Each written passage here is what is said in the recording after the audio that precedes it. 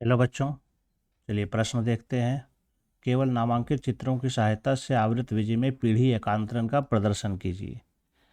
तो यहाँ पर सबसे पहले हम लोग मुख्य अवधारणा देखते हैं। तो यहाँ पर पूछा जा रहा है चित्र की सहायता से पीढ़ियों का एकांतरण। ये पहले समझ लेते हैं, ये पीढ़ी का एकांतरण क्या होता है।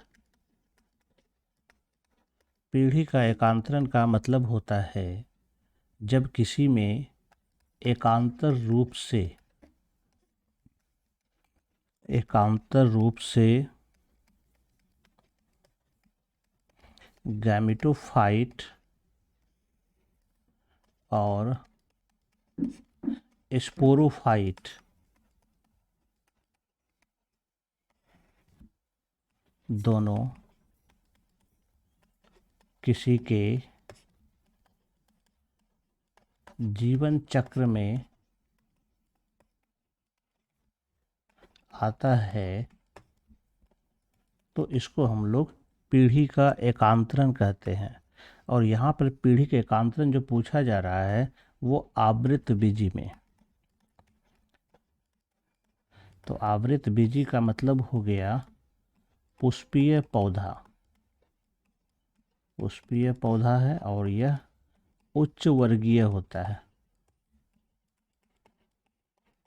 और इसमें जो है इसकी जो शुरुआत होती है वह डिप्लॉयड से यानी कि द्विगुणित से, यानी कि इसका जो जीवन चक्र में अधिकांश भाग जो होता है वह द्विगुणित होती है और बहुत कम समय के लिए इसमें अगुणित होता है। तो चलिए इसके हम लोग चित्र से इसको हम लोग समझते हैं।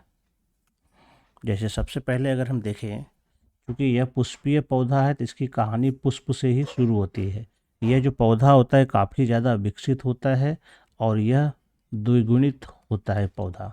ये पौधा स्पोरोफाइट कहलाता है, यानी इसके जीवन काल में जो पहली बार आता है वो स्पोरोफाइट आता है। स्पोरोफाइट में पुष्प आता है, पुष्प में नर भाग भी होता है और मादा भाग भी होता है। ये मान लेते ये नर जनन भाग है और इधर जो है ये मादा जनन भाग है। एक ही पुष्प में या फिर अलग अलग पुष्प में भी होता है। नर वाले भाग में क्या होता है, यहाँ पर देख सकते हैं, यहाँ पर माइक्रोस्पोर बना हुआ है।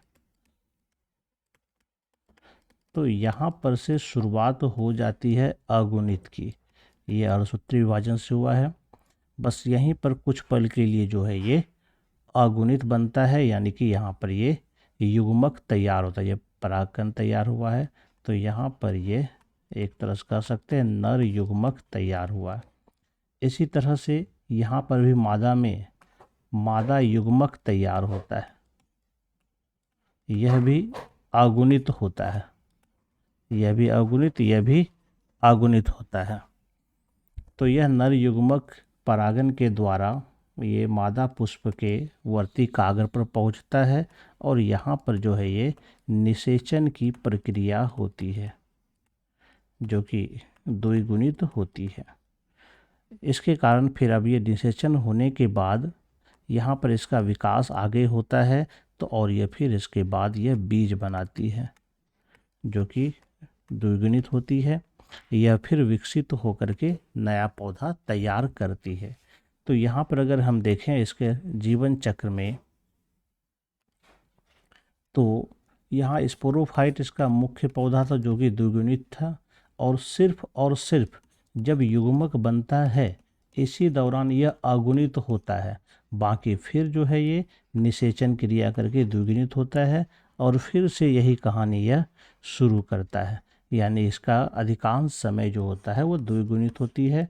इसलिए हम इसके जीवन चक्र को जो है डिप्लॉन्टिक जीवन चक्र कहते हैं। आशा करता हूँ आप समझ गए होंगे। धन्यवाद।